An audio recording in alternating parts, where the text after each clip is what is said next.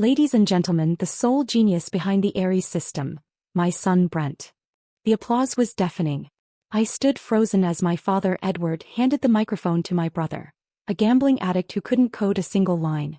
Edward leaned in close to me, his smile never wavering, and delivered the blow that erased 10 years of my life.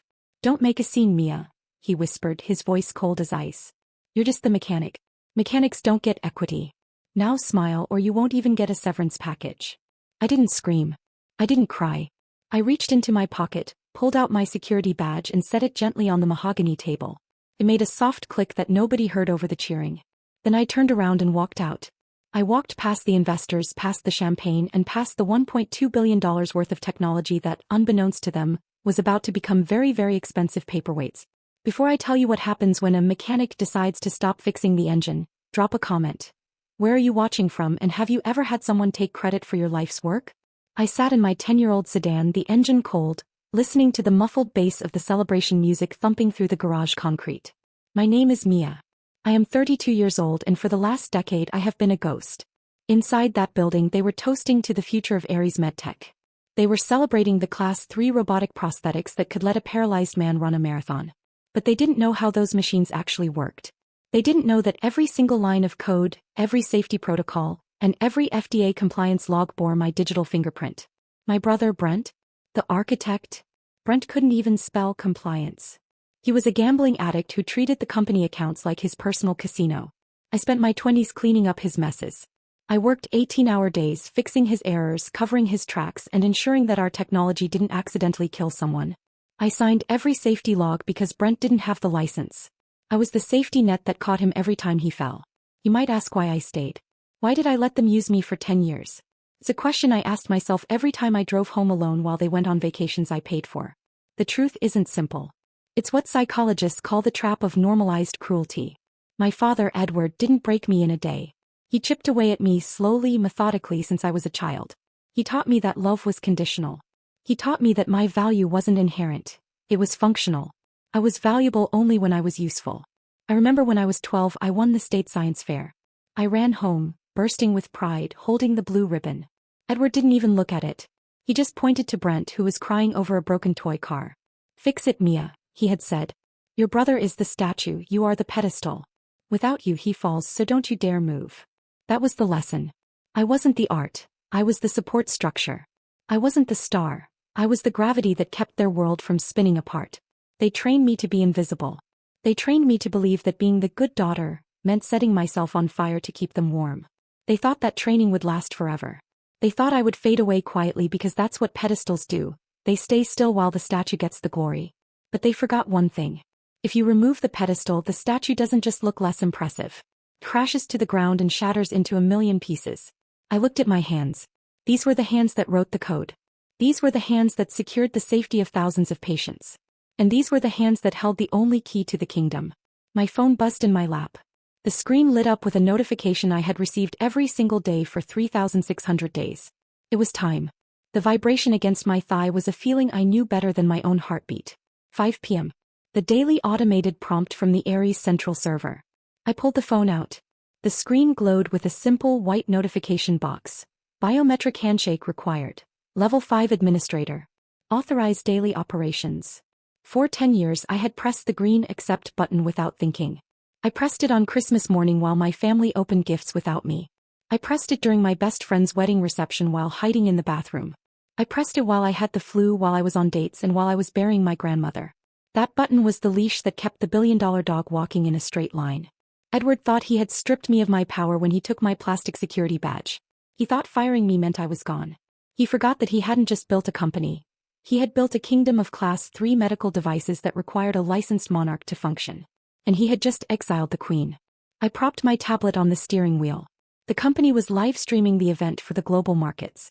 On the screen, Edward was laughing, clinking his glass against the lead investor's flute. Behind him, the Aries Mark IV prototype arm was performing a delicate piano sonata, its titanium fingers moving with fluid grace. It was a masterpiece of engineering. My masterpiece. "Zero equity," I whispered. I looked down at my phone. My thumb hovered over the screen. The green button meant safety. It meant keeping the peace. It meant swallowing the insult, going home and hoping they might throw me a few crumbs of gratitude later. The red button meant war. I didn't hesitate. I didn't shake. I pressed decline. On my phone, a new message flashed. Authorization denied. Initiating emergency protocol. I looked back at the tablet. On the live stream, the piano music stopped instantly. The Ares arm didn't just slow down. It froze mid-strike, its fingers rigid, locked in a protective rigor mortis. The sudden silence in the boardroom was louder than the applause had been. Edward frowned, tapping his glass again, thinking it was a pause in the program. He turned to the prototype and waved his hand, expecting the motion sensors to pick him up. The arm stayed dead. Then came the sound. A low, rhythmic pulse began to blare from the display console. It was the FDA-mandated alarm for an unsupervised device. Beep, beep, beep. The investors stopped drinking. They exchanged confused glances. Brent rushed over to the console, his face pale. I watched him furiously tapping the screen, trying to bypass the lock. He looked like a child trying to fly a spaceship by banging on the dashboard.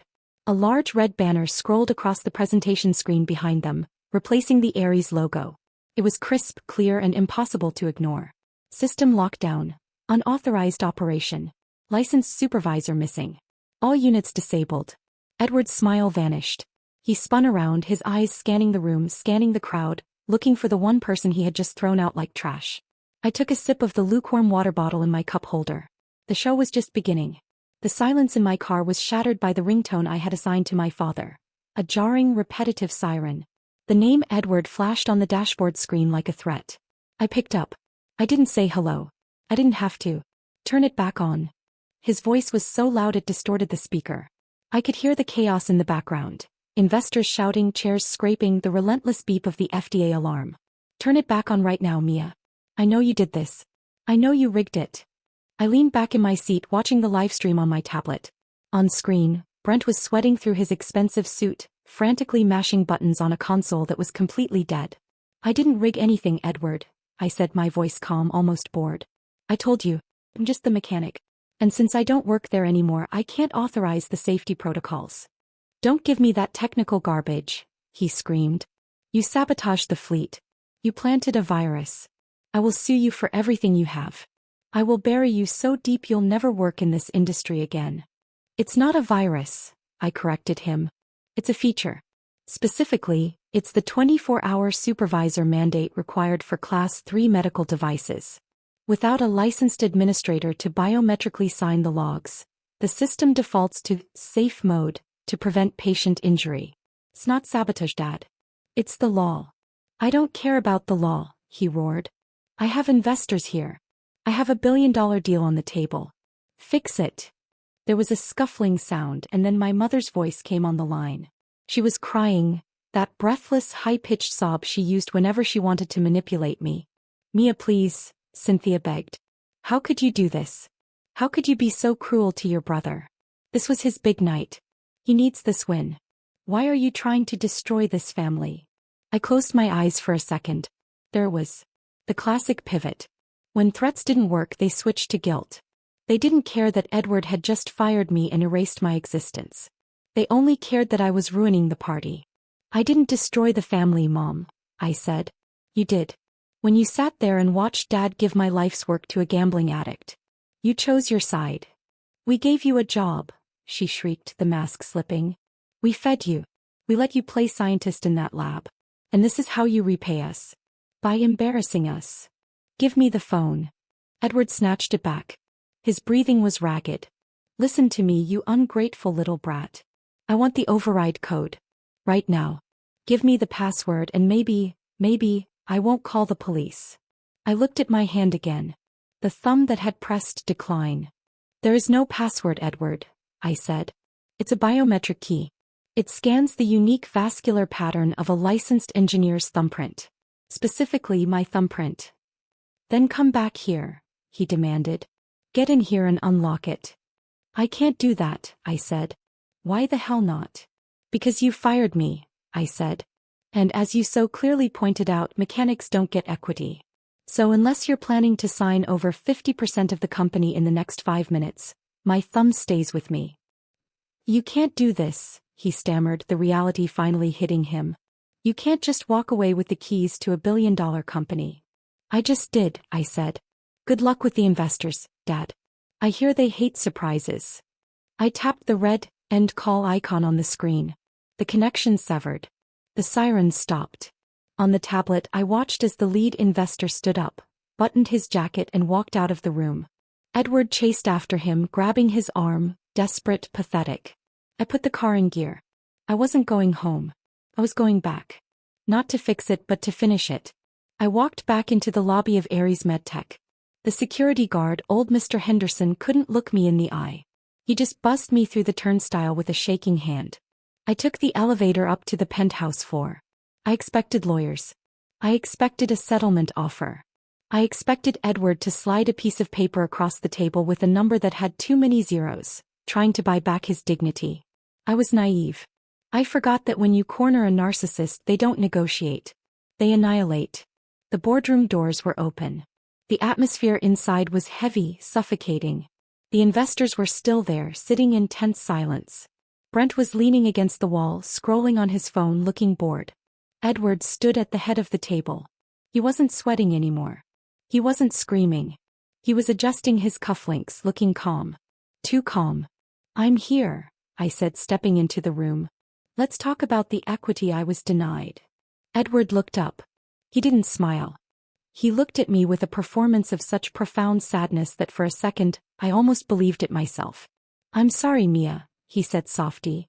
"I really didn't want it to end like this." "End like what?" "Like this." He nodded toward the side door. It burst open. 4 men in windbreakers stormed in. They didn't look like corporate lawyers. They moved with the aggressive precision of law enforcement. On the back of their jackets in bold yellow letters, FBI. My blood ran cold. "Mia Vance," the lead agent barked, crossing the room in 3 strides. "Hands where I can see them." "What is this?" I asked, backing up. "I didn't do anything. We have a sworn affidavit from the CEO of Ares MedTech alleging corporate espionage, wire fraud and the deployment of malicious ransomware," the agent said. He grabbed my wrist, spinning me around. I looked at Edward. He was shaking his head, playing the role of the devastated father to perfection. He held up a thick manila folder. "She rigged the system," Edward told the agents, his voice trembling with fake emotion. "We have the logs. She planted a virus to hold the company hostage. She demanded 50% of the shares to unlock it. It's extortion." The cold steel of the handcuffs clicked around my wrists. The sound echoed in the silent room. I stood there, physically restrained, while the people I had served for a decade watched. The lead investor looked at me with pure disgust. To them, I wasn't the architect anymore. I was just a bitter, unstable ex-employee trying to burn down the building. "I didn't plant a virus," I said, my voice shaking despite my best efforts. "It's a safety protocol. Check the code." "Save it for the judge," the agent said, tightening the cuffs. Brent pushed off the wall. He walked over to me, grinning. He leaned in close, so close I could smell the expensive scotch on his breath. "I told you, sis," he whispered. "Dad's always one step ahead. You think you can steal my company? Enjoy prison." My mother, Cynthia, was sitting in the corner. She wasn't crying anymore. She was looking at the floor, refusing to witness the monster they had created. "Edward," I said, looking directly at my father. "You know this is a lie. You know I didn't rig it." "We tried to help you, Mia," Edward said loudly, performing for the agents. "We gave you a job. We gave you a purpose. And you betrayed us." The agent shoved me forward. "Let's go." As they marched me toward the door, my mind was racing. They had planned this. They knew they couldn't beat me technically, so they decided to bury me legally. They framed me. They turned my own safety measures into a weapon. I looked at the prototypes, still frozen, still flashing red. Edward thought arresting me solved his problem. He thought if I was in a cell he could force me to give up the keys.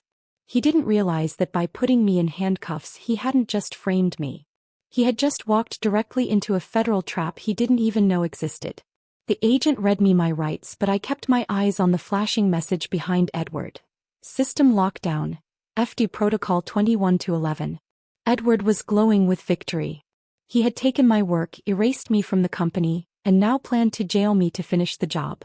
But he forgot the lead investor. "Wait," the investor said, pointing at the screen. "That error code isn't a virus. It's federal compliance." I told the agent to search 21 CFR Part 11. When he checked, the truth unfolded fast. Removing me, the only licensed regulatory supervisor, shut the facility down by law and exposed the company for operating illegally. A felony. I told him to review the logs. They weren't hacks, they were my safety audits. And behind them was the real scandal. Brent overriding limits and falsifying data to boost the stock price. That was why they fired me. The investor saw the evidence and exploded. $1 billion investment had been built on fraud. Moments later, the handcuffs came off my wrists and snapped onto Edward's and Brent's. 3 months later, Ares MedTech was gone, seized, liquidated, and bankrupt. Brent pled out and went to prison. My mother abandoned ship and begged for money. I ignored her. I returned only to buy equipment for my new firm. Edward was there out on bail, screaming at movers stripping his office. And it finally hit me, his power had never been real. It was just money and volume. Without cash he was no one. He tried to command me one last time. I walked away. Outside, sunlight hit my face as I unlocked the servers for my new business. My name. My license. My future. Sometimes the only way forward is to let the wrong system collapse and build your own.